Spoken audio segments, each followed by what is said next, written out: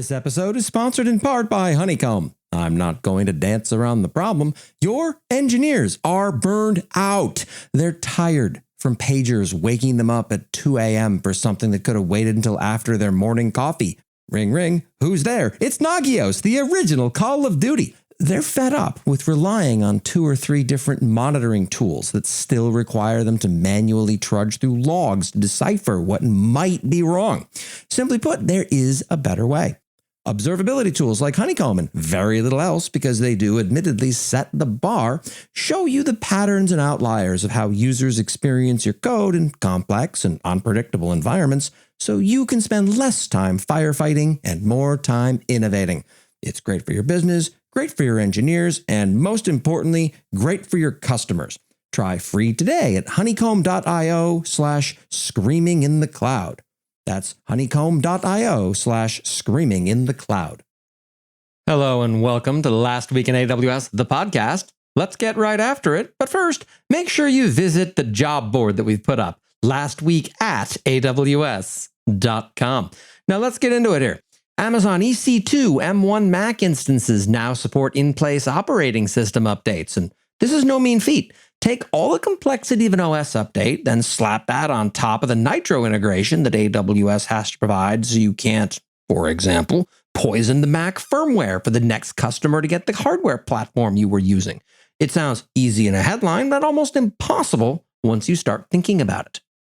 Announcing Amazon Linux 2023. AL 2023 takes a security by default approach to help improve your security posture with SE Linux in permissive mode. That's sure not going to ruffle any feathers. I'm also old enough to remember when this was announced as Amazon Linux 2022. AWS Chatbot now available in Microsoft Teams. That one must have hurt to release. Announcing cross-account support for Amazon S3 multi-region access points. This is a big deal.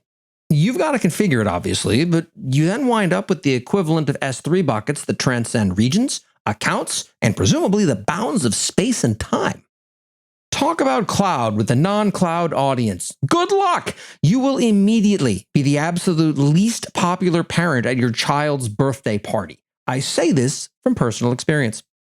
New. Use Amazon S3 Object Lambda with Amazon CloudFront to tailor content for end users.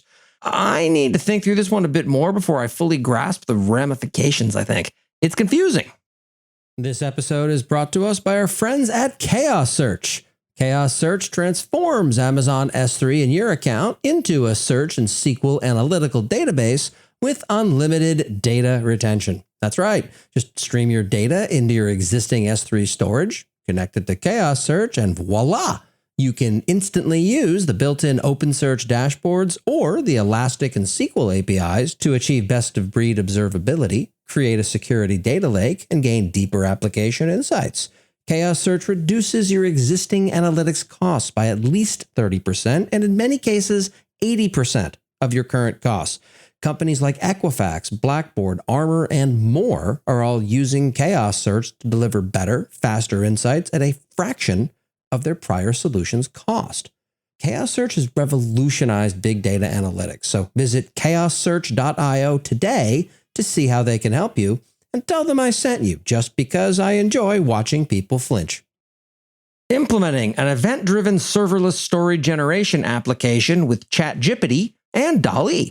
Oh, good idea. How about you go do that and see if you can come up with a broader AWS marketing campaign that doesn't put people to sleep. Alternately, keep doing what you're doing, and I'll never run out of bedtime stories for my kids ever again. And finally, the future of mining is in the cloud. When we say mining, are we talking about data, cryptocurrency, or minerals? And that's what happened last week in AWS. I'm cloud economist Corey Quinn. This was apparently a lighter week than normal, thankfully. Please stay salty.